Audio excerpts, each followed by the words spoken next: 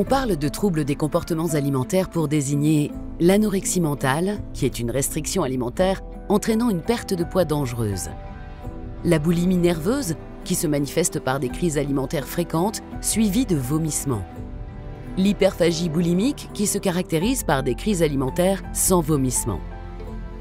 Le nombre de personnes qui souffriront au cours de leur vie d'un trouble du comportement alimentaire avéré est considérable.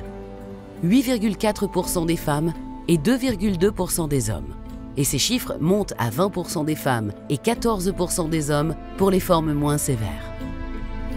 Les troubles des comportements alimentaires sont aujourd'hui considérés comme des addictions sans drogue. Cela signifie que le comportement face à l'alimentation échappe à la volonté du sujet. Ces troubles se développent sur un terrain favorable, la tristesse, l'anxiété, la peur excessive du regard des autres.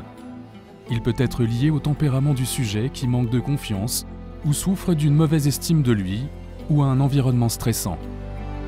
La pandémie en est une illustration édifiante.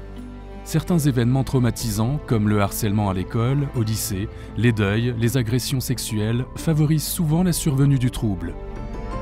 Dans une société où minceur et performance sont exagérément valorisées, le contrôle du poids et des calories apaise l'angoisse et améliore l'estime de soi.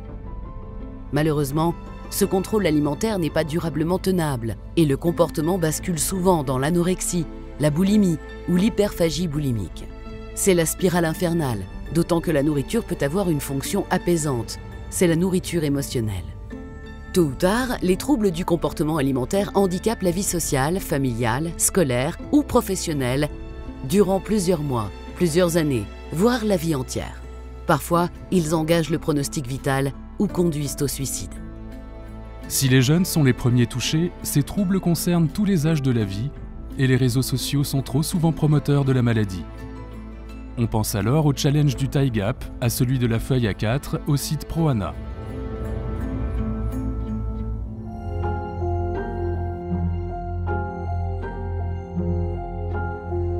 Prévenir les troubles des comportements alimentaires, c'est d'abord préserver son équilibre, respecter ses rythmes qui alternent alimentation, travail, repos, loisirs, prendre soin de ses relations sociales, amicales, familiales, affectives.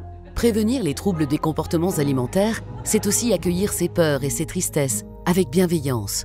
Ne pas les apaiser par des conduites inadéquates comme les restrictions ou les abus alimentaires et les consommations d'alcool ou de drogue. Faire confiance à ses compétences pour les gérer, en parler à des proches de confiance ou à des professionnels.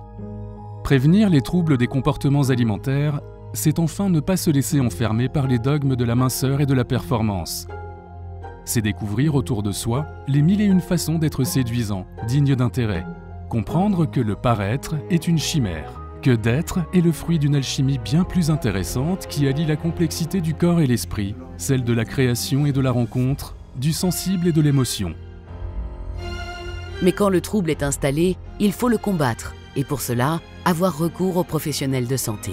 Le plus apte à initier les soins est le médecin traitant. Lui saura vous écouter, vous soigner et, le cas échéant, vous orienter vers un centre spécialisé.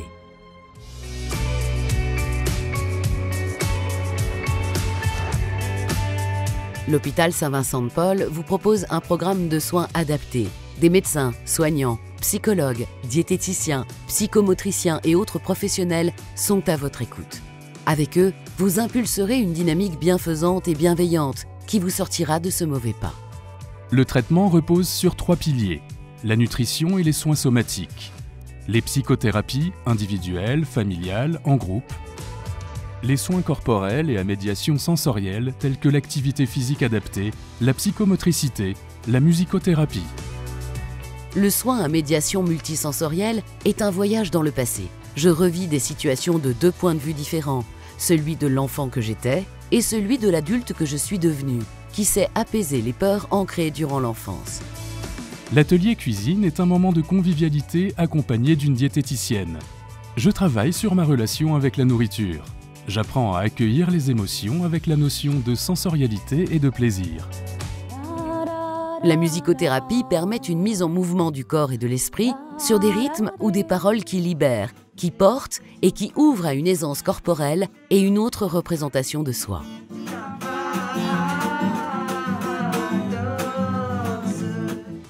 La psychomotricité est un atelier où le corps et l'esprit sont solidaires et unis. Elle s'intéresse à la capacité du sujet à être et à agir par son corps afin de restaurer son équilibre et de retrouver une harmonie psychocorporelle. L'activité physique adaptée permet de comprendre le fonctionnement du corps humain, d'adapter son alimentation à l'effort, d'augmenter sa masse musculaire sans angoisser. L'atelier conte est un moment qui me permet de réapprendre à rêver. Je me laisse porter par les histoires qui réactivent en moi des images éteintes et des souvenirs qui m'entraînent vers de nouvelles histoires. La réalité virtuelle est un outil technologique qui me permet de prendre conscience de la taille réelle de mon corps, mais également de me donner un aperçu rassurant de son évolution avec la prise de poids. L'atelier jardin est un temps suspendu du soin où je suis au contact de la terre. Je mets en action simultanément mon corps et mon esprit. Je revis avec et grâce à la nature qui m'entoure. Je me réinscris dans une réalité du temps et des saisons. La danse, c'est habiter son corps, le mettre en mouvement, aller à la rencontre d'un autre continent. C'est une invitation au voyage. Tout l'enjeu est de pouvoir dépister le plus tôt possible ces troubles et d'orienter les sujets vers les structures de soins les plus adaptées.